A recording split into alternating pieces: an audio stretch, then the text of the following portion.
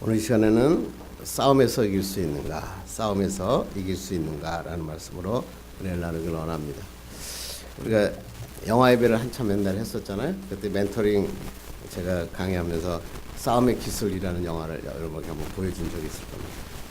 고등학생 병태라고 하는 친구가 있었는데 맨날 깡패들하고 매만 맞고 돈을 맨날 뜯기고 다니니까 싸움에서 이기기 위해서 별의별 방법을 다 써봅니다. 학원도 다녀보고 도장도 다니고 하는데 맨날 싸움에서 집니다.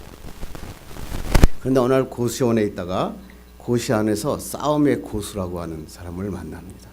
그 사람이 오판수라고 하는 사람인데 아마 백윤식 씨가 그 싸움의 스승으로 나옵니다. 그러면서 이 싸움의 기술을 가르쳐달라고 병태가 얘기하니까 이 싸움의 고수가 절대 가르쳐주지 않으니까 간절히 요청을 하니까 그렇다면 내가 너에게 싸움의 기술을 가르쳐주겠다. 그래가지고 싸움의 기술을 가르쳐줬는데 너무나 간단했습니다. 뭐냐면 두려워하지 말라. 다른 사람의 눈을 똑바로 쳐다봐라.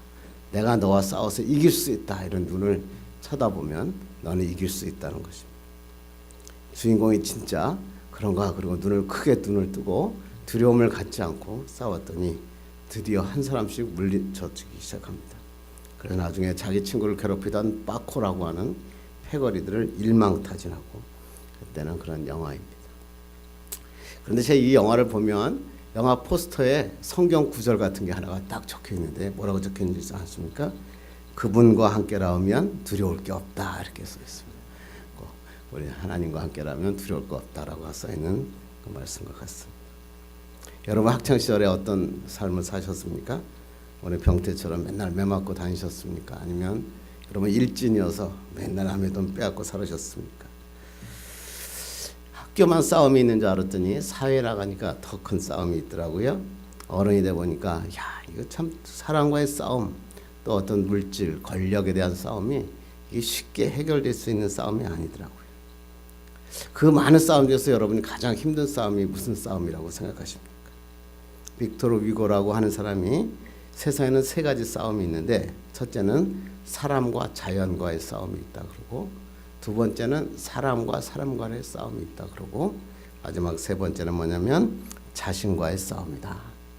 그 세 가지 싸움 중에서 가장 힘든 싸움 뭐냐면 자신과의 싸움이 가장 힘들다. 왜냐하면 다른 건 눈에 보이는데 자신은 보이지 않기 때문에 그렇다. 그래서 손자병법에 보면 이런 얘기가 있죠. 지피지기면 백전불태다 그런 얘기죠. 나를 알고 너를 알면 남을 알면 100번 싸워도 위태롭지 않다 이런 뜻이. 근데 사람도 이게 지피지기면 백전불태다라는 말이 별로 마음에 안 드니까 이걸 바꾸어 가지고 지피지기면 백전백승이다 이렇게 얘기를 해서 사람들에게 항상 지피지기면 백전백승이다. 그리고 손자병법에 나온 얘기다라고 얘기를 합니다. 근데 사실은 손자병법에는 지피지기면 백전불태다. 뭐 어쨌든 간에 뭐냐면 싸움에서 자기를 알고 남을 알면 싸움에서 지지 않고 이긴다 이런 뜻입니다. 성경에서는 유명한 싸움 얘기가 나오죠. 뭐죠? 다윗과 골리앗이죠. 아니 어떻게 소년이 그 거인 장수 골리앗을 이길 수 있습니까?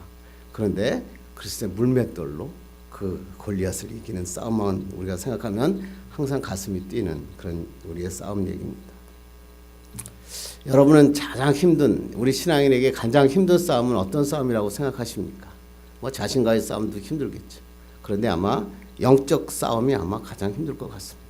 그냥 마귀가 계속 와서 나를 괴롭히고 내가 하고자 하는 일 하나님의 일을 하려고 그러면 자꾸만 와서 나의 하나님 앞으로 가게 막걸 나갈 때 우리는 힘든 싸움을 싸우게 됩니다. 그런데 본문을 보니까 이상한 싸움 얘기가 나옵니다.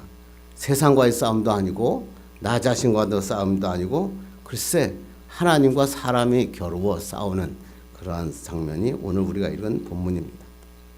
여러분 라곱이 우리 저번 주도 말씀드렸지만 삼촌 라반의 집에서 고생합니다.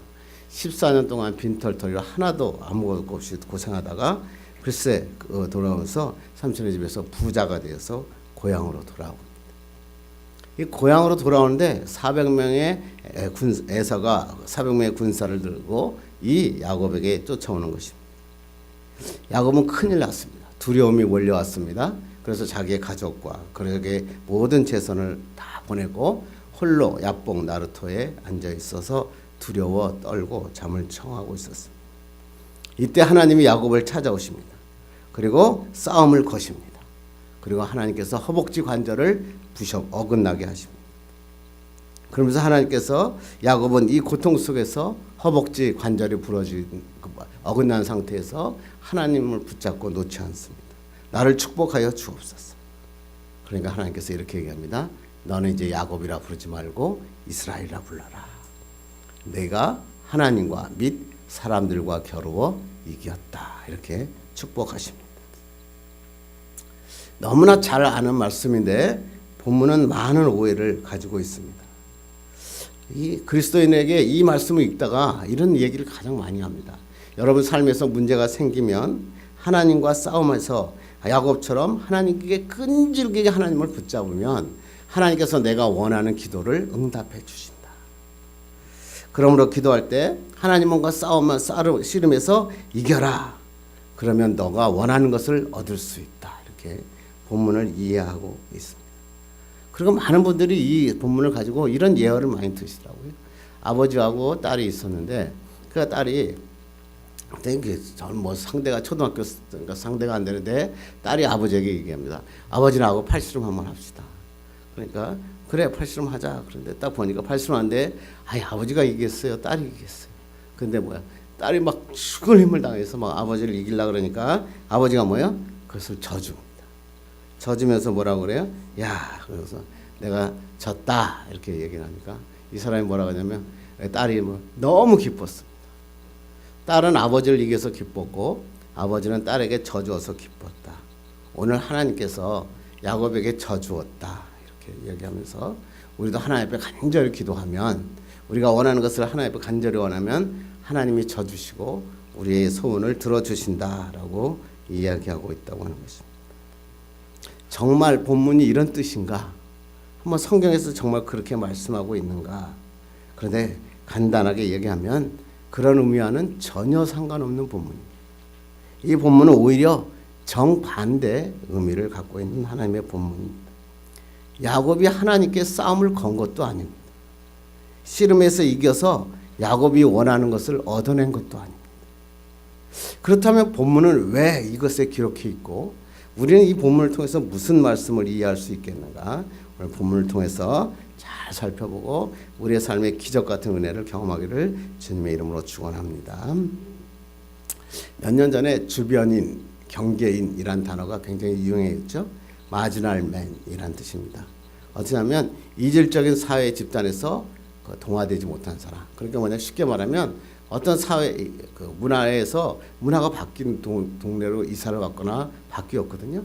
그런데 옛날에 가졌던 문화도 버리지 못하고 새로운 문화도 적응하지 못하는 경계선상에 서 있는 사람.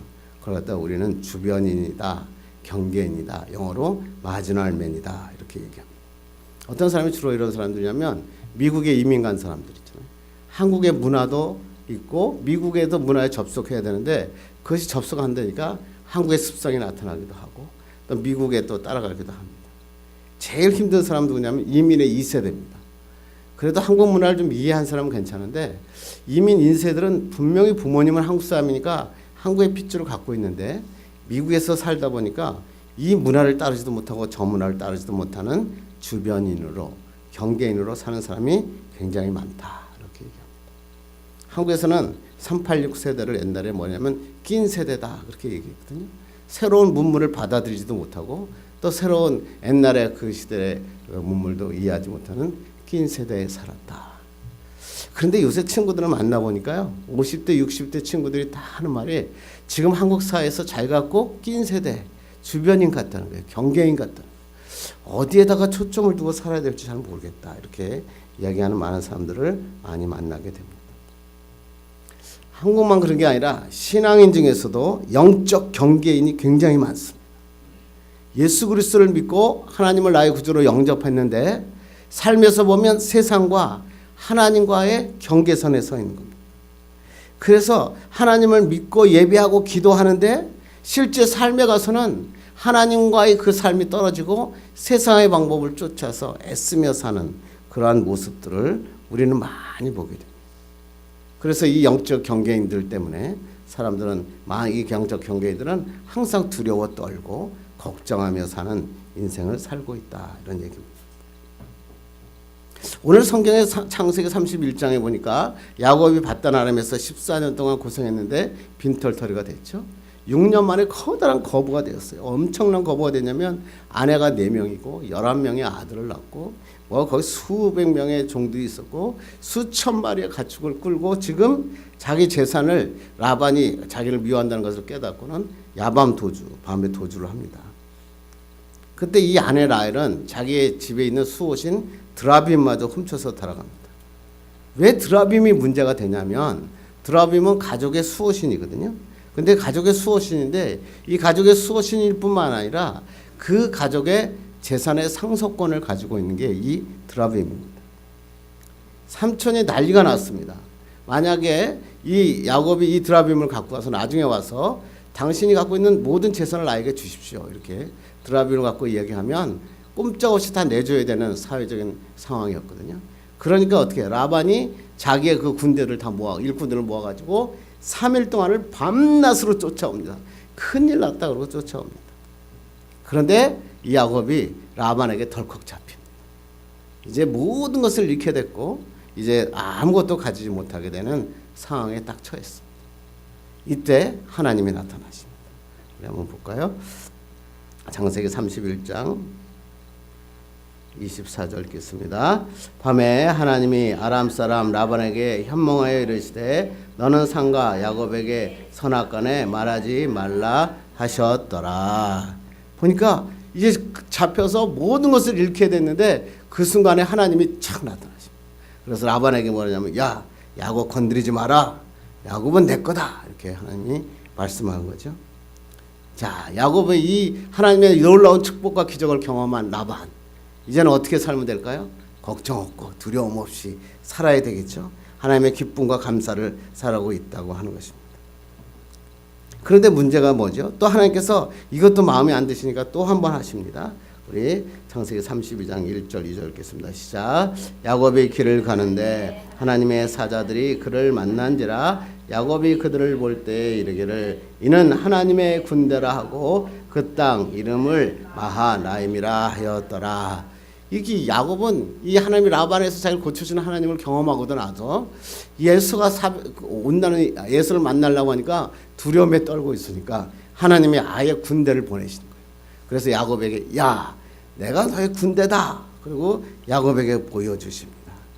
이게 얼마나 놀라운 일입니까? 걱정하지 말라. 여러분 야곱 같으면 어떻겠습니까? 하나님이 라반을 지켜주셨고 그 다음에 군대를 하나님께서 나를 지금 지키시고 있는 하나님을 보여주셨으니까 걱정 없이 감사하면서 막 에서를 향해서 달려가야 되죠. 그런데 야곱은 그렇지 못했어요. 야곱은 에서가 400명의 군사를 데리고 자기를 맞으러 온다는 얘기를 듣고 야 큰일 났구나. 나를 죽이려고 하는구나. 그래가지고 자기의 머리를 씁니다. 금방 하나님의 군대가 보여줬는데도 모르고 자기의 꾀를 내서 자기의 가족들을 두 패로 나눕니다. 그래서 먼저 가족을 하나 보내고 만약에 여기서 에서가 와서 치면 뒤에 가족들은 도망가겠다라고는 전략을 세우고 있다고 하는 것입니다. 그렇게 꾀를 구리고 난 다음에 그 다음에 걱정이 된 거예요. 야 큰일 났구나. 그래도 이 내 방법을 다 썼지만 혹시 보험 하나 들자. 그래가지고 한 게 뭐예요? 하나님 앞에 기도합니다. 한번 볼까요? 32장 11절 보겠습니다. 시작. 내가 주께 간구하오니 내 형의 손에서 에서의 손에서 나를 건져 내시옵소서. 내가 그를 두려워함은 그가 와서 나와 내 처자들을 끌어주어 겁이 나기 때문이니이다. 그래서 자기가 그 하나님을 만난 그 야곱이 자기의 방법으로 뭐야? 패를 나눠가지고 다 전략을 세우고 사람의 방법을 다 썼어요. 하나님을 의존하지 않고. 그리고 난 다음에 보험으로 뭐냐면 하나님 앞에 기도하는 겁니다. 하나님 간구하오니까 내 기도를 들어서 야곱에게 건져 주옵소서. 그리고 건져달라는 게 뭐예요? 나와 내 처자들, 내 재산들을 지켜주시옵소서. 이렇게 하나님 앞에 기도하는데 그 성경을 쭉 읽어보면 하나님이 나한테 바다의 모래과 같이 축복해 주기로 해놓고 내가 에서에게 죽음을 어떻게 합니까? 그리고 하나님은 협박까지 합니다. 그러면서 기도합니다. 자, 이렇게 기도했다면, 정말 하나님 앞에 정말 기도했다면, 그러면 하나님 앞에 모든 걸 맡겨야죠. 하나님 앞에 기도했으니까. 하나님의 축복으로 살아가겠습니다. 그런데 오늘 성경을 읽어보면 야곱은 뭐냐면 하나님 앞에 맡기지 못하고 뇌물을 준비합니다. 그래서 자기가 가진 모든 재산을 5 그룹으로 나눠가지고 그 5 무더기를 만든 다음에 거기다가 뇌물을 줘가서 에서에게 보냅니다. 그리고 뭐냐면 그것을 보시고 혹시 나를 용서할지 모르겠다 이렇게 얘기합니다. 또 거기까지는 이해할 수 있어요. 이 야곱은 얼마나 약삭과 그런 사람이냐면 마지막에 뭐냐면 그 자기의 사람들을 다 보내고 난 다음에 5 그룹을 다 보내고 난 다음에 자기는 안 갑니다. 왜? 다 치워도 나는 안 살겠다. 그래가지고 야복강 나루터에서 다 보내고 자기의 뭐 재산, 자기의 가족들을 다 보내고 야복강 나루터에서 홀로 잠을 자는 아주 이기적이고 비열한 그런 모습을 오늘 성경에서는 야곱에게 보여주고 있습니다. 오늘 성경에 야곱이라고 하는 사람을 영적 경계인, 주변인이라고 얘기합니다. 위기 때는 하나님 앞에 기도하는데 결국 선택하는 것은 세상의 방법을 선택합니다. 그는 하나님과 세상의 중간에 서 있습니다. 그래서 하나님 앞에 기도도 하고 하나님 앞에 완전히 맡기는 것도 아니고 그리고 기도하면서 세상의 방법을 선택하는 하나님의 주변인으로 야곱은 오늘 성경에 기록하고 있습니다. 야곱의 모습이 어쩌면 저의 모습인 것 같아요. 하나님 앞에 그렇게 기도하고 죽을 것 기도하고 기도할 때 보면 야, 저 사람 정말 믿음의 사람이야. 저렇게 멋진 사람이 어떻게 있을까. 그런데 눈만 뜨면 세상 사람들처럼 두려워하고 세상의 사람보다 더 이기적인 모습으로 살고 있는 그리스도인의 모습을 여러분은 많이 보실 수 있을 거라고 생각합니다. 하나님도 알고 하나님도 필요하고 주일 성수도 하고 예배 드리는데 세상에 나가면 드라빔을 찾고 세상에 나가면 힘을 찾고 세상에 나가면 세상의 방법을 쫓아가는 많은 그리스도인들이 있다. 왜 이렇게 경계인이 많을까요? 왜 그러냐면 내 인생의 키가 하나님 앞에 맡겨져 있다는 것을 확실하지 못하는 거예요. 내 인생의 주인은 하나님이시다라고 하는 것이 내 마음속에 진실로 받아들이지 않는 거예요. 그러니까 하나님을 온전히 인정하지 못하니까 항상 야곱처럼 하나님의 영적인 경계인으로 살고 있다고 하는 것입니다.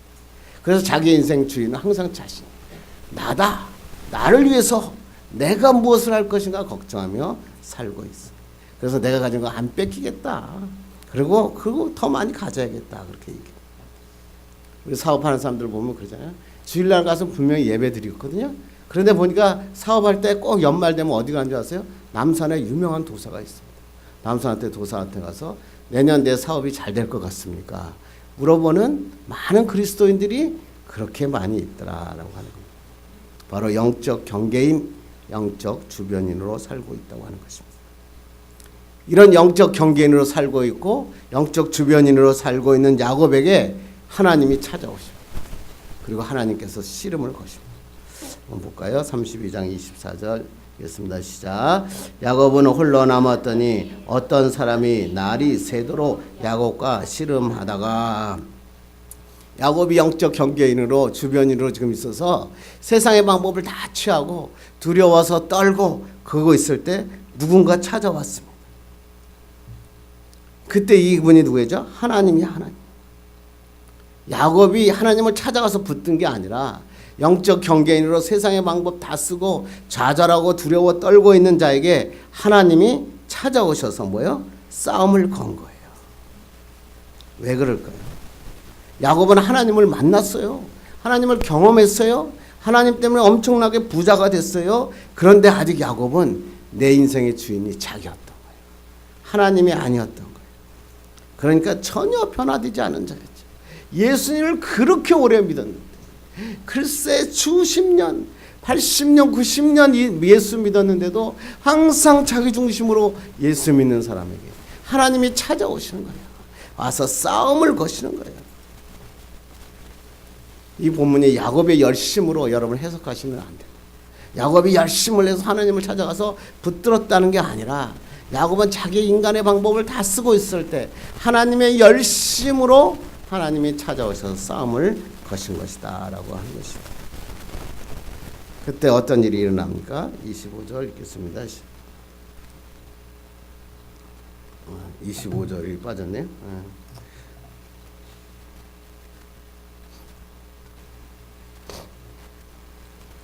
25장 25절 한번 봅시다. 창세기 32장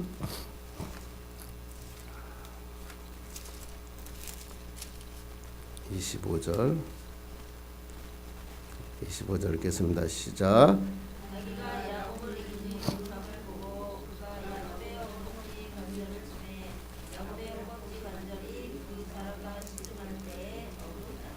아멘. 그 야곱의 것은 뭐요? 어긋났다라고 성경에 이야기했죠. 지금 야곱은 이 사람이 누군지 모릅니다. 하나님인지 누군지도 모르는데 그러니까 본능적으로 뭐냐면 나는 싸움에서 질 수 없다. 이겨야겠다. 그래가지고 싸우는 거예요. 그래서 본능적으로 이기려고 막 싸우고 있으니까 그 사람이 어떻게 하냐면 그 야곱의 허벅지 관절을 어긋나게 하는 것입니다. 허벅지 관절이 뭐죠? 우리 엉치뼈에 있는 건데 남자로 얘기하면 남자의 생식기를 의미하는 것입니다. 그리고 거기에 또 사람의 몸을 지탱해주는 힘의 근원이 되죠. 그래서 여러분이 아브라함이 리브가를 선택할 때 어떠냐면 자기 허벅지 관절의 종에다가 손을 놓고 거기다 맹세를 하죠. 뭐냐면 나의 생명과 나의 후손을 두고 너에게 맹세한다. 이렇게 얘기할 때 허벅지 관절을 그때 당시에 근동인 사람들은 그렇게 맹세를 했다고 그럽니다. 다시 말하면 허벅지 관절이 어긋났다는 것은 뭐냐면 자기의 힘의 근원, 생명의 근원이 어그러졌다. 야곱은 아마 어마어마한 통증이 있을 것입니다. 그리고 자기의 힘으로 도저히 설 수 없었을 것입니다. 하나님께서 허벅지 관절을 외치셨습니까? 야곱아, 너 힘의 근원, 생명의 근원이라고 생각했던 너의 힘을 온전히 내가 부숴버리겠다. 그래서 다 부숴버리는 것입니다. 왜 부숴버릴까요? 다 버리고 하나님만 바라봐라. 하나님만 밖에 없다. 너가 아무리 힘쓰고 너가 아무리 생명으로 버틸라 그래도 그것 가지고는 하나님의 사람이 될 수 없다라고 성경에 이야기하고 있다고 하는 것입니다. 하나님도 여러분에게 지금도 하나님께서 인생에 싸움을 걸어오십니다. 기도도 하고 말씀도 듣고 예배도 드리는데 세상에 나가면 자기의 힘과 자기의 생각대로 살려고 그러고 교회마저도 자기의 생각대로 교회를 움직이려고 하고 그리스도인이 되었는데도 세상과 하나님의 경계에 있어서 이럴 때는 하나님 쪽으로 이럴 때는 세상 쪽으로 경계선에 어쩡쩡해 서 있을 때 하나님이 찾아오셔가지고 여러분에게 씨름을 거십니다. 이것을 우리는 하나님의 열심이다. 어떤 열심인가요? 내 힘 버려라. 내 인간의 방법 버려라. 내 하나님께서 함께하여 주시겠다. 우리에게 말씀하시고 있는 겁니다. 아직도 여러분 내 힘으로 하려고 하십니다. 아직도 그렇게 살았는데도 아직도 하나님보다 세상의 방법이 그렇게 좋으십니다. 하나님이 여러분의 허벅지 관절을 어긋나게 하십니다. 저는 이 말씀을 읽다가 내가 주의 종이 되었는데도 정말로 하나님 앞에서 영적인 주변인으로 경계인으로 살고 있다는 생각이 듭니다. 어쩔 땐 두려워요. 걱정이 되는 거예요. 하나님의 일을 하는데도 왜 두려움을 하냐. 하나님에게 기도할 때는 마음에 평안이 있고 기쁨이 있는데 아침에 일어나고 다시 사람은 시작을 하게 되면 걱정과 두려움이 앞설 때가 많이 있다고 하는 것입니다. 그런데 하나님께서 오늘 말씀을 통해서 그까짓 것 허벅지 관절 다 없애라. 하나님이 축복하여 주신다라고 이야기하는 것입니다. 그래서 우리가 사람의 삶에서 어려움이 올 때가 있어요. 자식들이 내 문제대로 안 되고 돈의 문제가 생기고 건강의 문제가 생기고 그런데 미래의 문이 안 열릴 때 그때 어떻게 생각하냐면 하나님이 나에게 씨름을 걸어오셨구나. 그럴 때 기뻐하는 거예요. 하나님이 우리를 향한 놀라운 계획이 있으시구나. 나를 통해서 하나님의 놀라운 약속을 하시는구나. 이런 하나님의 열심을 기억하는 여러분에게 주님의 이름으로 축원합니다. 그러자 이 야곱은 허벅지 관절이 어긋나자 그 사람이 하나님임을 깨닫게 됩니다. 그리고 하나님 앞에 이렇게 얘기합니다. 26절 읽겠습니다. 시작. 그가 이르되 날이 세려하니 나로 가게 하라. 야곱이 이르되 당신이 내게 축복하지 아니하면 가게 하지 아니하겠나이다. 허벅지 관절이 벗어난 후에 하나님을 알아봅니다. 그리고 하나님을 붙잡습니다. 야, 여태껏 내가 잡았던 그런 세상의 힘이 아니라 하나님 외에는 갈 수 없군요. 그래서 바로 하나님을 붙잡은 겁니다. 얼마나 고통이 심했겠어요. 관절이 어긋났습니다. 그런데도 손을 놓지 않았습니다. 당신이 축복하실 때까지 난 놓지 않겠습니다. 그때 이 축복은 뭘까요? 여태껏 축구했던 양자권, 장자권, 여태껏 가지고 있었던 재산, 그런 게 아니에요. 자식, 가족 아니었어요. 뭐죠? 하나님이 함께해 주옵소서, 하나님의 약속을 지켜 주옵소서, 하나님의 나라를 붙잡고 있는 야곱의 모습을 우리는 발견하게 되는 것입니다. 하나님께서 이렇게 붙잡을 때 어떤 놀라운 축복을 주시죠? 28절 읽겠습니다. 시작. 그가 이르되 내 이름을 다시는 야곱이라 부를 것이 아니요 이스라엘이라 부를 것이니 이는 내가 하나님과 및 사람들과 겨루어 이겼음이니라. 하나님께서 뭐냐면 내 이름을 야곱이라 부를 것이야. 야곱 뭐야? 사기꾼, 빼앗는 자, 이런 자 아니라는 거예요. 여태껏 너는 남의 것을 빼앗아서 내 것으로 만들려고 애썼는데 이제는 그런 자가 아니라 하나님이 이스라엘로 불어주겠다. 야곱은 완전한 인생의 터닝 포인트를 오늘 야복 나루토에서 만나게 되었다라고 성경에 이야기하고 있습니다. 오늘 보니까 이스라엘이라 부른 이유가 뭐냐면 내가 하나님과 및 사람들과 겨루어 이겼다 이렇게 되어 있죠. 근데 옛날 성경 우리 바로 전에 개역 성경에는 뭐라고 되어 있냐면 하나님과 사람으로 더불어 겨루어 이겼다 이렇게 되어 있어요. 그래서 그걸 그냥 해석을 하면 야곱이 하나님과 겨루어 이겼다 이렇게 옛날 성경은 기록되어 있습니다. 근데 히브리 원어에는 뭐가 어떻게 기록되어 있냐면 내가 하나님과 겨루어 이기었고 또 사람과 겨루어 이겼다 이렇게 원어의 뜻이 되어 있습니다. 그래서 오늘 본문에서 개역 개정에서는 저번에 있던 개역 개정을 바꿔서 뭐라고 했냐면 내가 하나님과 및 사람들과 겨루어 이겼다. 다시 말하면 야곱은 하나님과 싸워서 이겼고 또한 사람들과도 싸워서 이겼다. 그래서 너를 이스라엘로 만들어 주셨다. 그렇습니다. 하나님과 싸워서 이길 수 있는 유일한 길은 뭐냐면 하나님의 은혜예요. 하나님의 은혜를 붙잡는 거예요. 내 인생의 키는 오직 주님만이 붙잡고 있습니다. 하나님만이 나의 주인입니다. 이렇게 신앙을 고백하는 거예요. 이걸 우리는 뭐냐면 믿음이라 그런 거예요. 믿음. 주변의 경계인으로 왔다 갔다 하면서 신앙생활하는 게 아니라 오직 하나님께 완전히 무게를 옮기는 거예요. 인생의 중심을 옮겨버리는 거예요. 오직 십자가만 가지고 살 수 있다. 성경에서 오직 의인은 믿음으로 살리라. 이 말씀이 오늘 이 말씀이라고 성경은 기록하고 있습니다. 이러한 믿음의 태도를 가질 때 하나님과 겨루어 이길 수 있고 사람과 싸워서 이길 수 있습니다.